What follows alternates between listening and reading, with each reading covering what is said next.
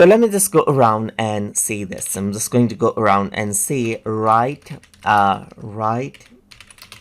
paragraph regarding Windows 8.1 right here, just like this.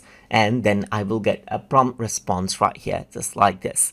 So let's say what I want to do is I want to go around and then share out this prompt response with others.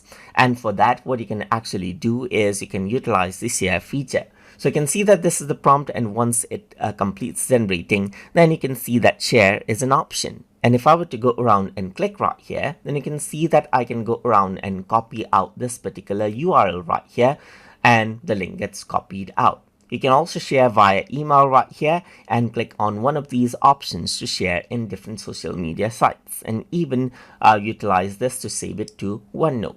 Well, let me just go around and then you can see that I just copied out this particular link right here. So I'm going to go around onto a private window right here, just like this, and paste it out right here, just like this. And then what happens is that it goes onto this particular page right here with this particular prompt. So you can share this out publicly right here with others if you want to go around and share this prompt and this response right here, just like this. And that is how you can share out prompt results from Microsoft Copilot.